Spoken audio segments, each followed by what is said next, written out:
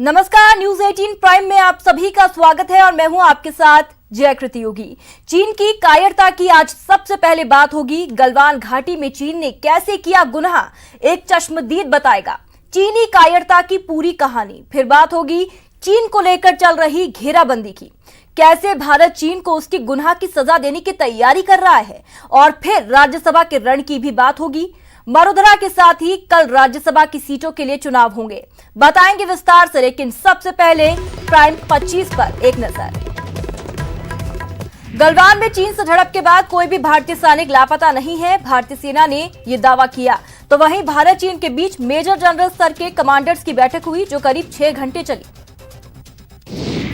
विदेश मंत्रालय ने दावा किया है कि गलवान में चीन ने सोची समझी साजिश के तहत हमला किया। विदेश मंत्रालय के प्रवक्ता के मुताबिक सीमा पर शांति बनाए रखना जरूरी है, भारत ने सीमा के भीतर कार्रवाई की। 23 जून को चीन रूस के साथ बातचीत में भारत भी शामिल होगा। वीडियो कॉन्फ्रेंसिंग के जरिए तीनों देशों की बातचीत होगी। विदेश मंत्री एस जयशंकर इसमें शामिल होंगे।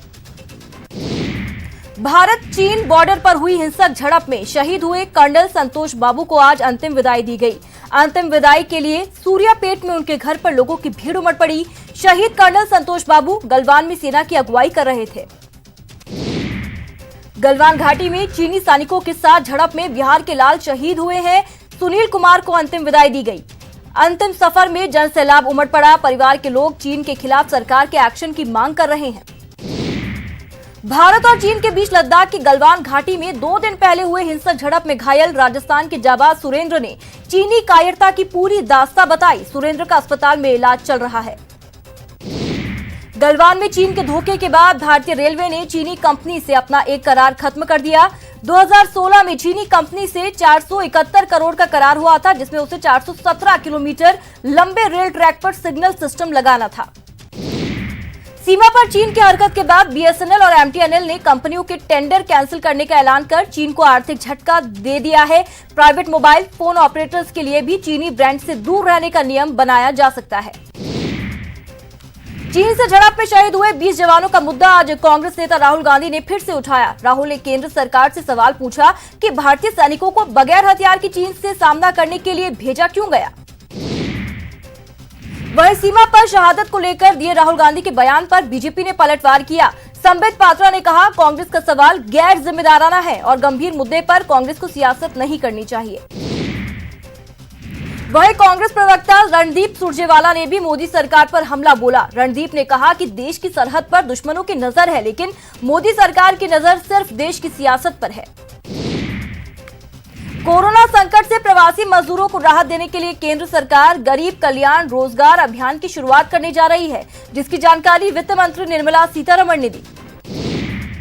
20 जून को पीएम करेंगे गरीब कल्याण रोजगार अभियान की शुरुआत। 6 राज्यों के 116 जिलों में राजस्थान के 22 जिले शामिल हैं। हर जिले में 25,000 लोगों को रोजगार देने का प्रावधान होगा।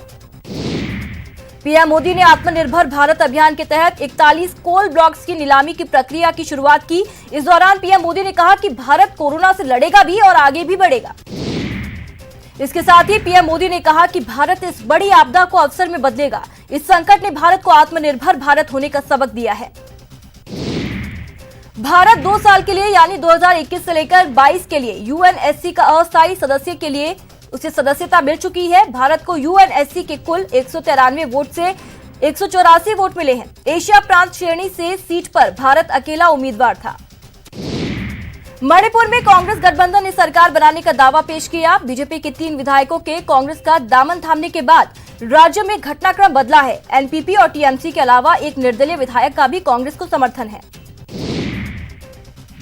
दिल्ली में बढ़ते कोरोना संकट के बीच केंद्रीय गृह मंत्री अमित शाह ने दिल्ली के सीएम और अधिकारियों के साथ बैठक की। एक सप्ताह में शाह केजरीवाल की ये तीसरी बैठक है। अमित शाह की बैठक में दिल्ली के साथ ही एनसीआर के जिलों के अधिकारी भी शामिल हुए। कोरोना संकट के बीच बॉर्डर सील करने को लेकर दिल्ली और एनसीआर के लोगों को भारी दिक्कत का सामना करना पड़ रहा है। देश में कोरोना मरीजों का आंकड़ा 3,66,000 के पार पहुंच गया। बीमारी की चपेट में आकर 12,000 से अधिक लोगों की जान जा चुकी है, जबकि 1,94,000 से ज्यादा लोग ठीक भी हुए। वडोदरा में कोरोना ग्राफ तेजी से बढ़ रहा है। संक्रमितों का आंकड़ा 13,850 के पार पहुंचा, जबकि अब तक 330 लोगों ने जान गंवाई। आज 88 नए पॉजिटिव केस सामने आए। कल राज्य में होने वाले राज्यसभा चुनाव की तैयारियां पूरी हो गई। 3 सीटों पर 4 उम्मीदवार मैदान में हैं। कांग्रेस से केसी वेणुगोपाल और नीरज डांगी मैदान में हैं, तो बीजेपी से राजेंद्र गहलोत और ओमकार सिंह लखावत उम्मीदवार हैं। रण से पहले अंतिम तैयारी, कांग्रेस विधायकों ने किया मॉक पोल, तो बीजेपी विधायकों को दी गई वोटिंग की जानकारी। कल होगा मतदान। बीजेपी की बैठक में मौजूद पूर्व सीएम वसुंधरा राजे ने कहा कि बीजेपी की जीत की संभावना से कांग्रेस क्यों परेशान है। डीजल पेट्रोल की कीमतों में आज लगातार 12वें दिन इजाफा जारी रहा। दिल्ली में आज पेट्रोल की कीमत 53 रुपए प्रति लीटर हो गई, तो डीजल की कीमत 64 रुपए प्रति लीटर हो गई। और अब बात चीन की